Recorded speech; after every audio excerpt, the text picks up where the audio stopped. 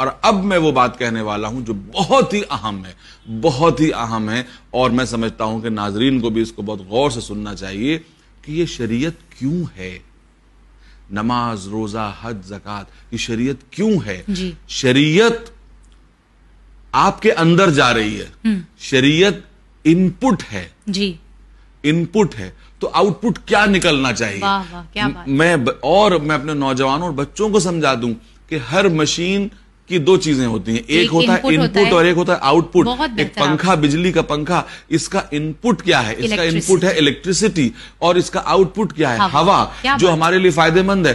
تو شریعت آپ کا ان پٹ ہے، اور اس کے آؤٹ پٹ جو ہونا چاہیے وہ انسانیت۔ بہت عمدہ ہے۔ جب تک آپ انسانیت کا آؤٹ پٹ نہیں دیں گے، لوگ آپ کی شریعت پہ بھی سوال اٹھانے لگیں گے، ان پٹ پہ سوال اٹھے گا، آپ کے ان پٹ پہ سوال ہوگا۔ اس کے معنی یہ ہے کہ آپ کا ان پٹ، اور ایک بات اور سمجھیے کہ اچھی مشین وہ ہوتی ہے جو کم ان پٹ لے کے زیادہ آؤٹ پٹ دے۔ تو اس کے معنی یہ ہے کہ آپ کے سجدے بھلے ہی کم ہوں مگر آپ بڑے انسان زیادہ بن جائیں۔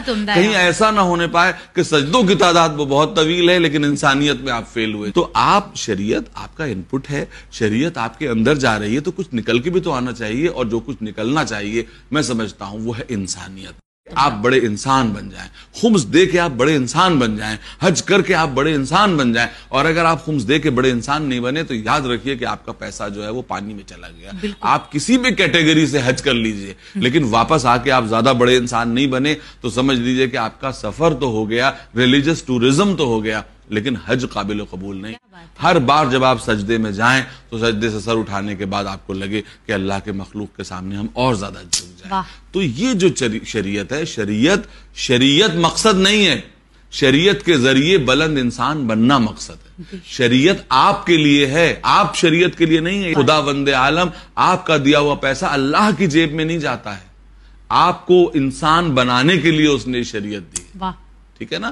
تو بس یہ سمجھ لینا چاہیے کہ ہم کر سکتے ہیں، ہم ایک اللہ کی عبادت کرتے ہوئے، ایک نبی کو مانتے ہوئے، اس کی کتاب پر عمل کرتے ہوئے سب کو اپنا بھائی بنا سکتے ہیں، سب کو اپنا بھائی بنا سکتے ہیں۔ کیا یہ بتائیے کہ جو گھریلو جھگڑوں کی وجہ سے بھائی چارہ ٹوٹ جاتا ہے، بھائی کا بھائی سے رشتہ ٹوٹ جاتا ہے؟